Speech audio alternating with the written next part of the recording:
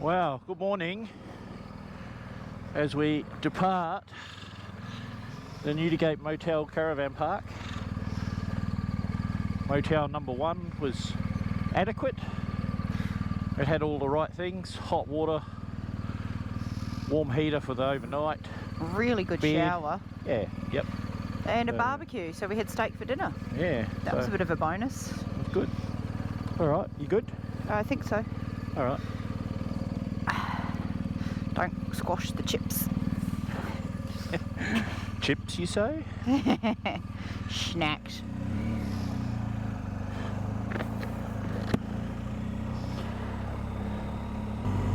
So we're going to shoot back west, sorry, to pick up where we sort of detoured away from the John Holland track yesterday afternoon, and then we'll start tracking north and up towards Dragon Rocks, and then ultimately up through to Hyden. So leaving Newdegate, heading back towards Lake Grace. It's 50 kilometres of pretty much dead straight road, no turns, just straight. And if you're heading east, once you go through Newdegate, it's another 50 kilometres of pretty much dead straight road to Lake King. I think we'll be in for a good day again.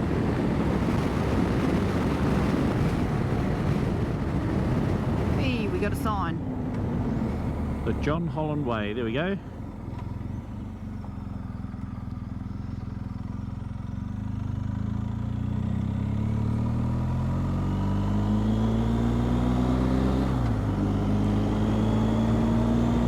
Oh look, big straight road straight out in front. more big straight roads.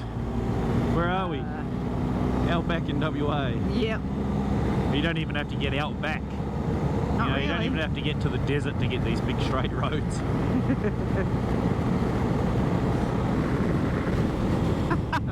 That one's got a boat on it. I don't know if she's very water worthy, but Yeah. it's floating. Lake, Oh, Lake Biddy.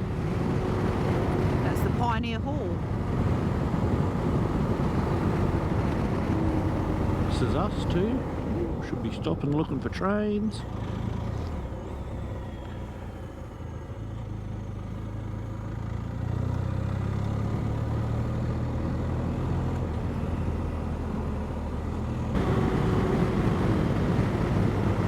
Just getting away from the farmland for a little bit.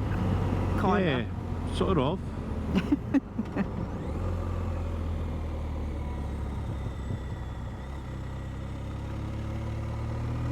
Get into just some of these stands of trees. Yeah.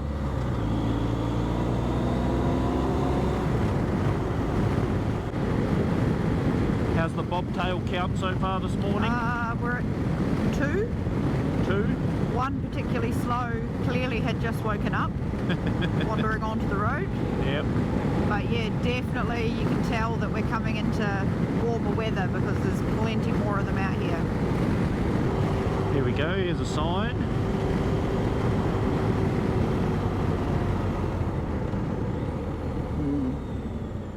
Dragon Rocks, 4-wheel drive track. Let's go and have a look, see how 4-wheel drivey track it is.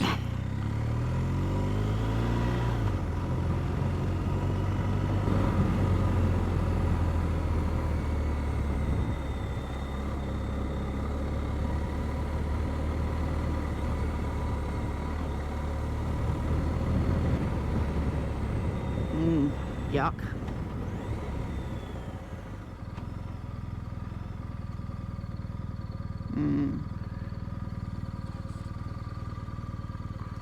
Drop me off.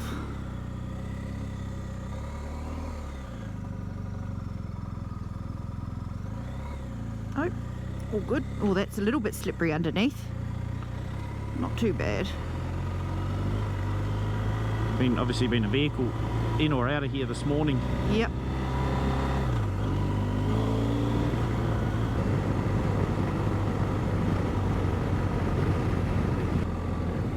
Must be pretty close, I reckon. Yeah, there's parking areas and things.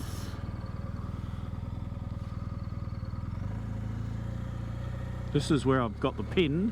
Mm-hmm. Oh, yeah.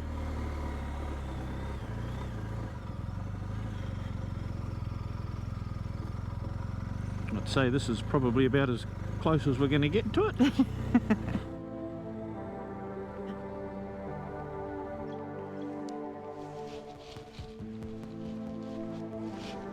So as you said, we've just pulled the bike up here and we're actually on Dragon Rocks. There was all sorts of little trails to get into it. It's a 322 square kilometre nature reserve. So there's all sorts of birds. There's Carnaby's black cockatoos, malleefowl, rosellas. We saw some like a big eagle when we were driving in. Just heaps of birds and wildlife. There's several frog and reptile species, and there's 28 different vegetation associations that have seen the area listed. So it's like a national estate for rare species. Lots of, this time of year, lots of orchids and wildflowers and all those kind of things starting to come out as well. Not the greatest at all these plant species, but WA itself has got hundreds of rare native orchids. So lots of people come out to these places looking at flowers. There's some pretty cool vegetation even on the rock. There's all the little holes, depressions in the rock that store water, so it's a massive catchment area and creates this beautiful little bushland around it. I think you can camp here as well. The road in, as you saw, was a little bit wooded and a little bit rutted. It would definitely be more challenging in the wet. There was only the one puddle on it, so it wasn't too bad. Pretty nice.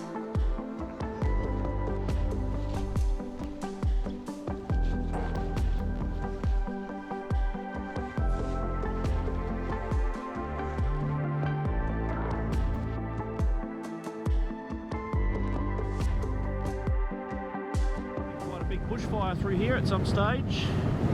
This is all burned.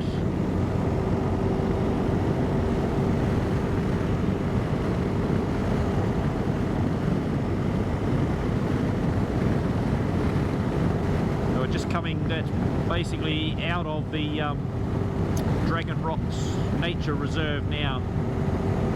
It's been a hot fire. It's burned all of the signs. Look. Yeah, yeah. Nothing left. Nothing.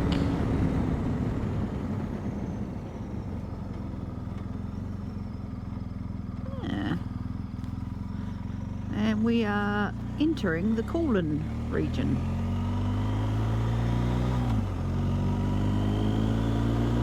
What's this one say? Oh, centenary stone.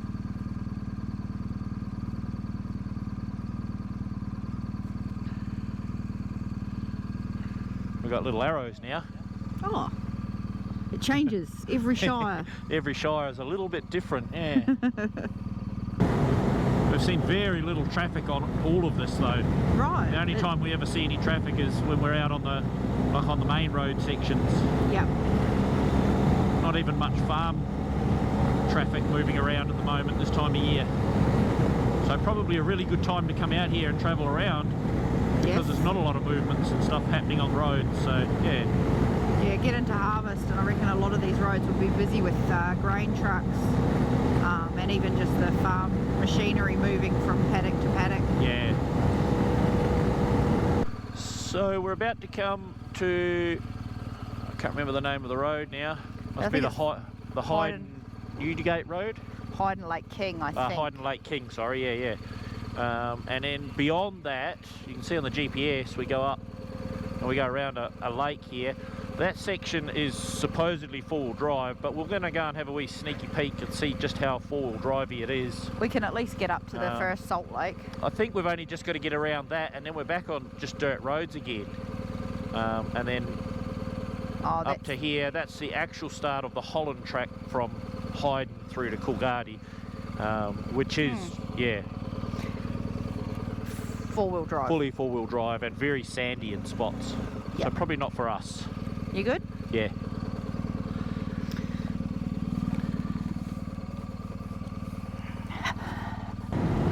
The trees have just grown a little bit again. Yeah.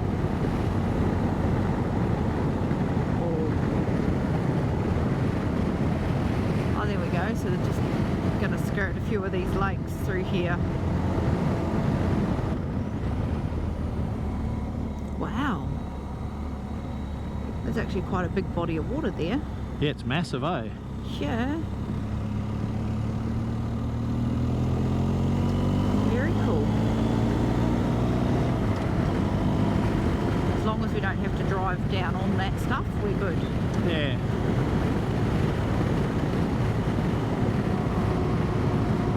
A big salt lake.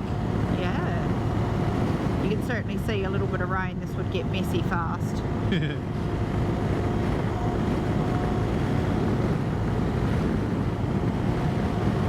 is what we come out here to do though.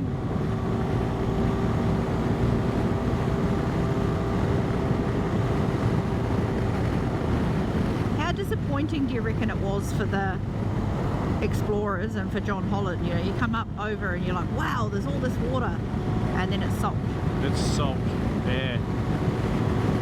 And none of them are fresh. No.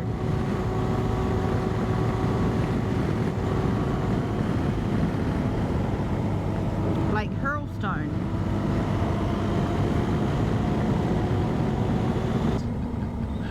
Oh, look at all the bubbers. Oh, we're just about cut off, I reckon. No, she sped up. It's okay. Oh, the stripies. Oh. Oh, this actually hasn't been too bad at all. No, it's okay. Bit of luck, the next bit will be okay. Does that say HT? Oh, yes. It does. And we do have an arrow.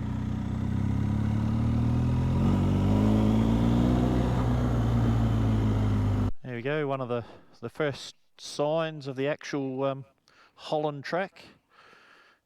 So the track is looked after by the Land Cruiser Club of WA. So they come out on a regular basis and clean it up in bits and pieces. It's a bit of a shame that they have to come out and clean it up, because you know, people that don't take their rubbish away with them. But it's nice that they come out and do that and make sure that the track's usable and open. So big rocky outcrop out over here. We've just been discussing whether or not that's Emu Rock. I don't have it marked on my map anywhere. There's another bigger rock out in front of us, so Yeah. it could be.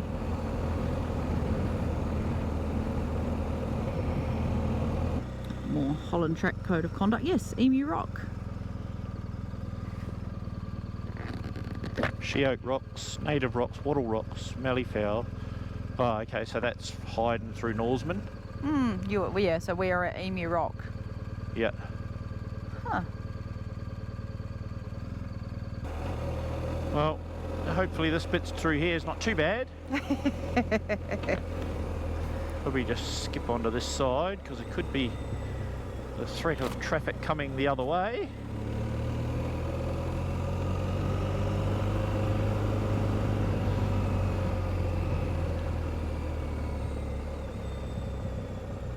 Oh, and there's a giant salt lake.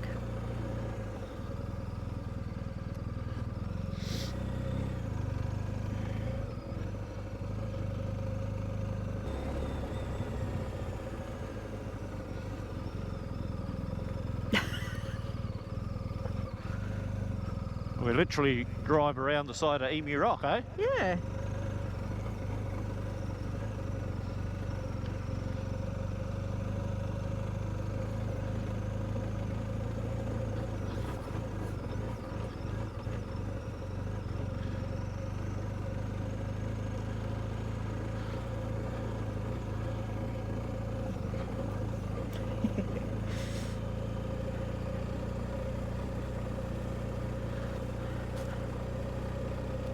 It's just overgrown enough too, isn't it?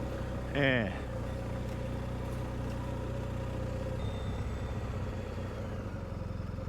Guess you can get into the bottom of the rock there, eh? Yeah, I think so. Yep. Oh yeah, that would be slippery in the wet, wouldn't it? Could be.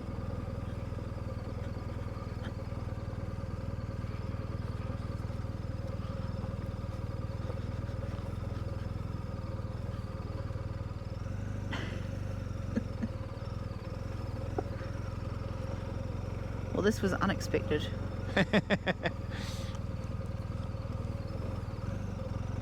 That view of the salt lake out here. Yeah. Glistening. I don't know that there's actually much water in it, is No, there? I don't know. I don't think so. I think it's mostly crystal by the glow of the white. Yeah.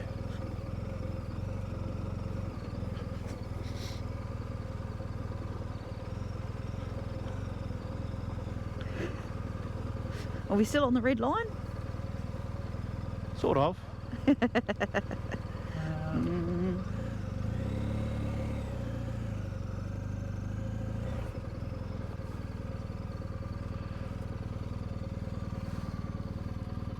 Wow,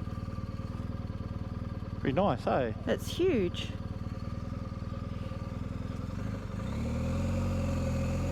And again, it creates these giant granite rocks just create a water source in the winter, Yeah. and that's why we get all of this beautiful vegetation around it. It becomes a little oasis.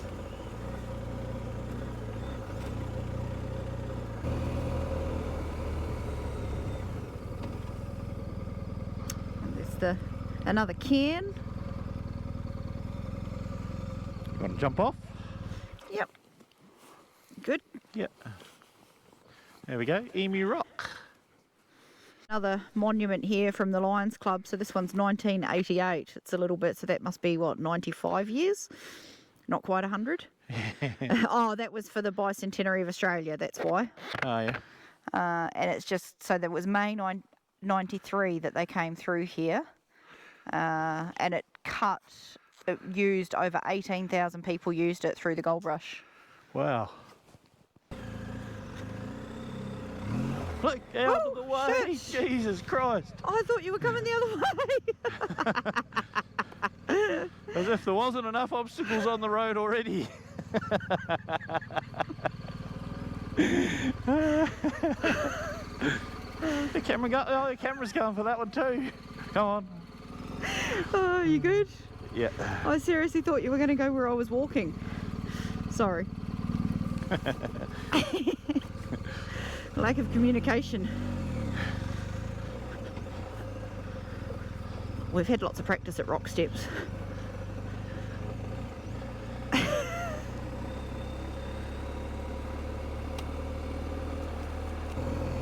The flowers are Been stunning. fires through here too. Yeah, aren't the flowers amazing? Yeah. Yeah.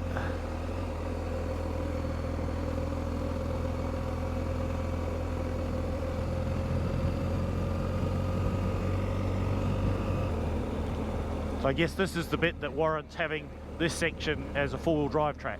Because people will come to Emu Rock from this end Yeah. as well.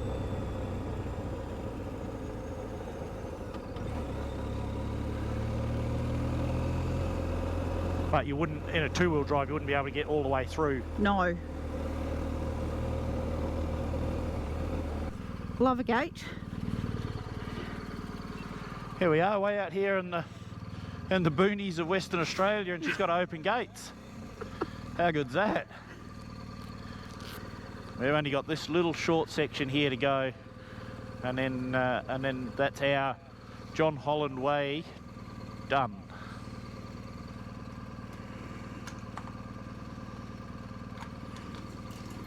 Oh yeah.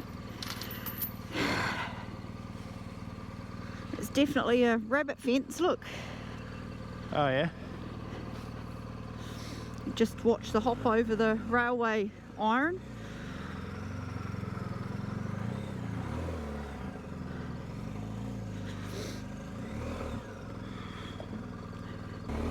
Just see the track out there in front of us, winding its way out. There's a car out there on the road on the right hand side, see him? Looks like maybe a car and a caravan. Yep. Can see the sun on the van. Yeah, that's about the road that we're heading for now. Gosh, look at the rocks out to the right. You can see a couple of big granite. Oh yeah. I'm glad we stuck to the Holland track proper for this bit. Yeah.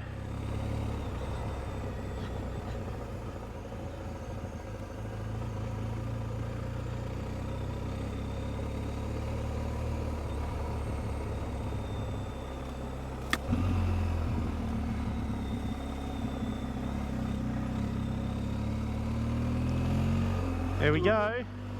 Tarsield Road. Oh. Want to pull across into the car parking bay. There's obviously going to be a trip.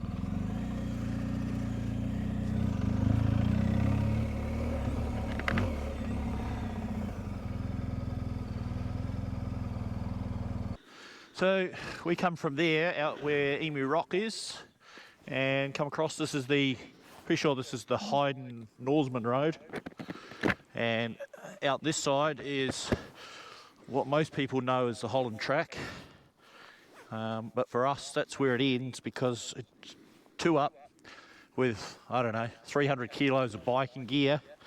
Not really where we want to be today.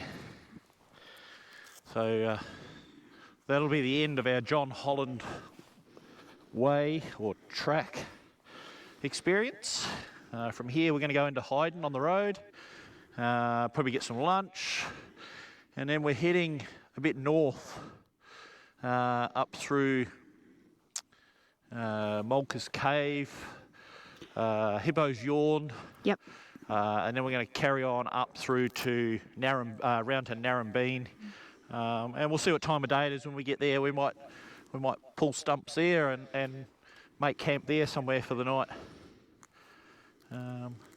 We would probably stop at Wave Rock, but it's not that long since we were here out this way and had a look at Wave Rock, so we're going to bypass it today. But anybody coming out this way, yeah, Wave Rock's definitely worth a stop. So yeah, well worth it.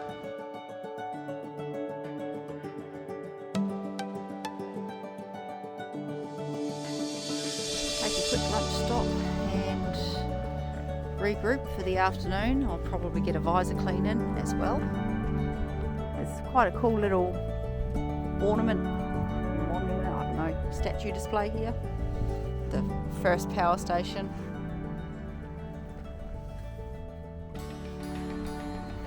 No full-time police service or a high school in Hyden in 1999. It was written in the West Australian. No bank, opens 1 day a week. And started looking at the way to develop Wave Rock. But there's all these really cool little pieces of history. Well, good afternoon. Lunch stop done. Full belly. Yeah, that was a good little stop. Yep. Clean visor. Yeah, clean it. Desperately needed a visor clean. So we've just come out the sort of the top side of Hyden, heading towards the humps and Mulka's Cave. Absolutely stunning afternoon out here. Spectacular. Yeah.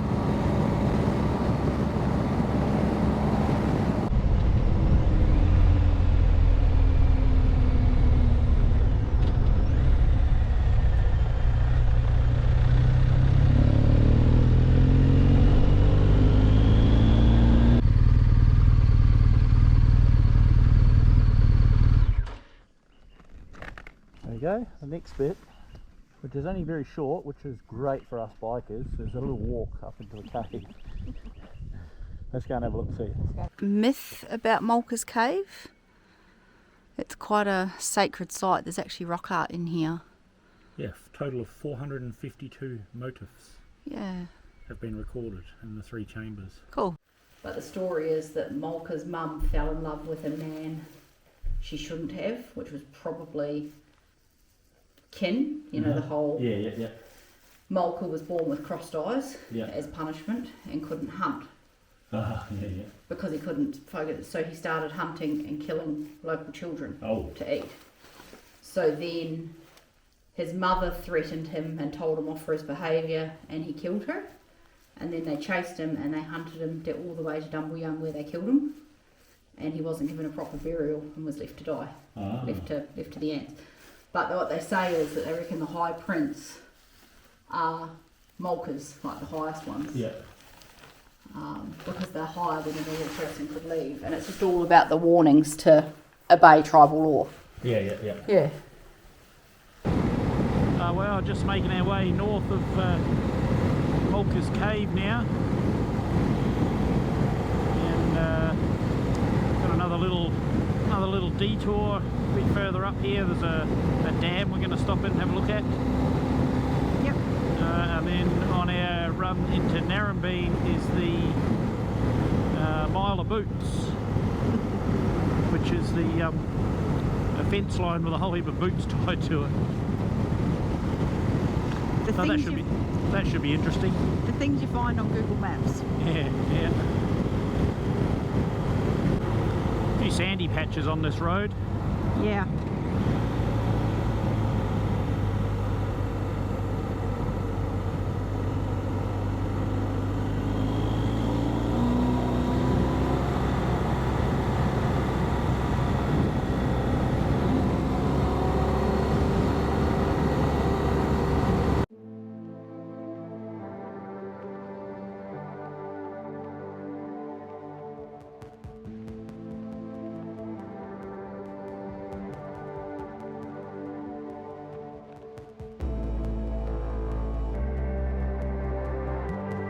Pretty cool. When we were sort of planning this, we did a bit of a look along a couple of the roads and looked for points of interest, and this dam came up, Mount Rowe, so it was a minimal detour off the Humps Road and off the main road into Narembeen.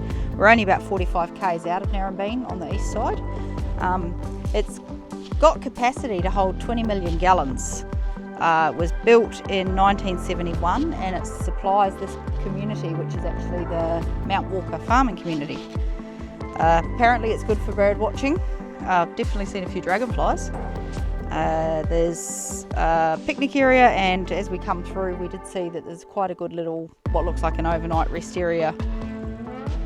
So nice little side detour and worth a stop. Very cool to see.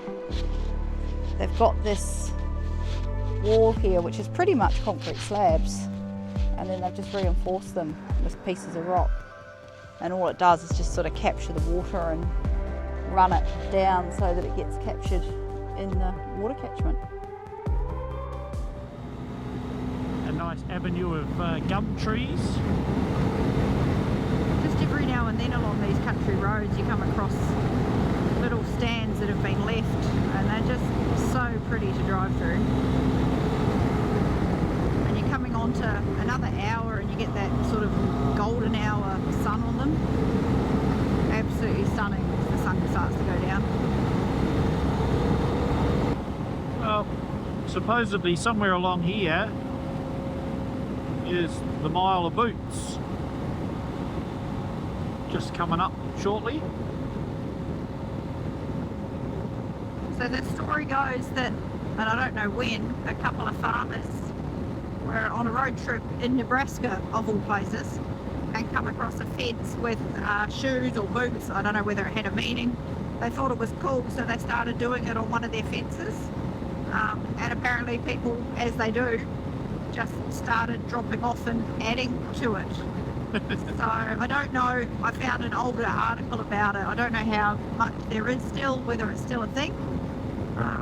But just one of those little quirky outback, again, Australian things. Someone starts something and it just picks up speed. There we go. Oh, look at it.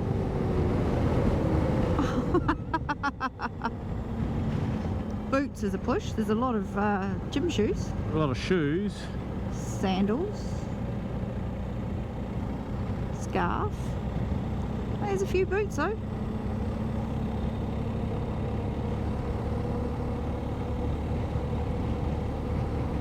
They definitely don't hold up well to the weather. Yeah. Oh, there's a high heel there. We don't have any spare shoes to drop off. No, not this trip. Packing light. Oh geez, there's heaps up here. Oh wow.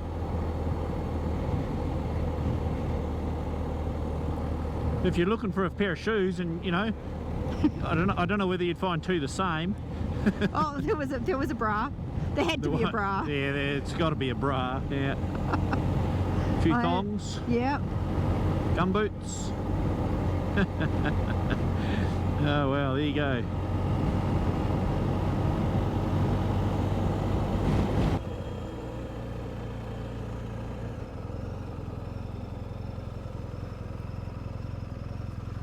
main street. Just go and have a little look-see down here. Pub? Maybe?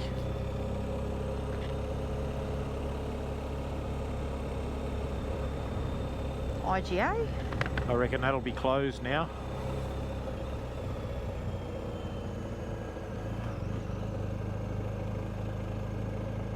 I reckon you're right. Yep.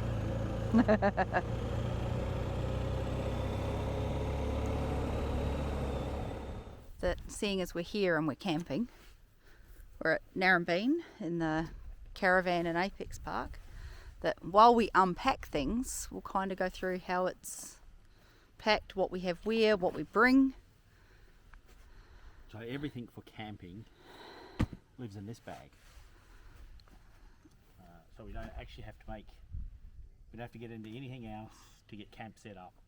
And then, yeah, so we can just concentrate on taking stuff out of this bag, yep, set camp up, and then go from there. And the idea with this bag particularly that we like is it fastens and we actually don't have to take it off to get anything out of it. So you can see Lone Rider, so it's got all of our gear in there. We literally just open the top and pull everything out. Starting with our U-boot ground sheet, of course.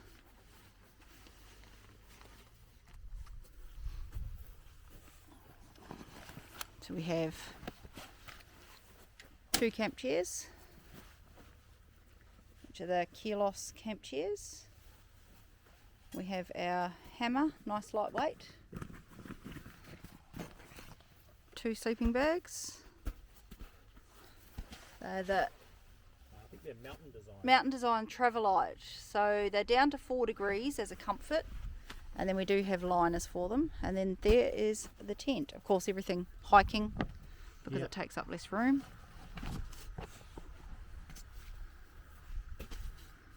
sleeping pads, and that's about it. So that's the top bag, ready to go. The magic of television. So our tent is a Marmot. I think we've covered that off in another video. It was a second hand. They do a newer model of the same one, just a lightweight hiker's tent. It's a 3-man, which we find we just need that little bit extra space to fit 2 of us comfortably. The good thing with the bag on the back is that we can, once we're all changed, our helmets, once I've cleaned them, can go directly in that bag and tucked away for the night. The bags on the side, so the 2 at the back are 12 litre Yes, Kriegas, 12 litre Kriegas. and they fit our camp kitchen and food. So I have a couple of containers, lunch containers. We have Cedar Summit cookware, a little Aldi cooker with a pot and a fry pan, and pretty much everything we need in those. And then pretty much his and hers for the main panniers. So shoes, clothes for a trip like this. We've got 1 packing cell each, and a bag with some shoes. Space is at a premium, but again, the good thing with these being waterproof is that once we're changed and into our non-riding clothes, our jackets and pants actually all pack away nicely in them, and then they stay dry. And the other thing, we're still playing with where we store these, but we have the drink bottle holders. So if we don't have the kitchen on the back, they fit beautifully just right on the back of the panniers. And for New Zealand, that's what we do. But for here, at the moment on the bike, we find that having them on the front of the rack of the pannier, it just almost interferes with my leg space and how I get on and off the bike. So again, they clip on really nicely, and we've got a Yeti water bottle and a small water bottle there. So we've got about 3 litres of water, and we've got another water bladder that we can add. Yeah, if we think we're going to need it. So the beaver tail, as they call it, on the Lone Rider has room for a water bladder, so we've popped that in there. Inflating the air mattresses, we use the flex tail, to use the right word. Am I right? Yes, not a foxtail as I called it once before. teeny tiny. It doubles as a light and super quick. The mattresses come with a foot pump, but This is way better. this is way faster, way better.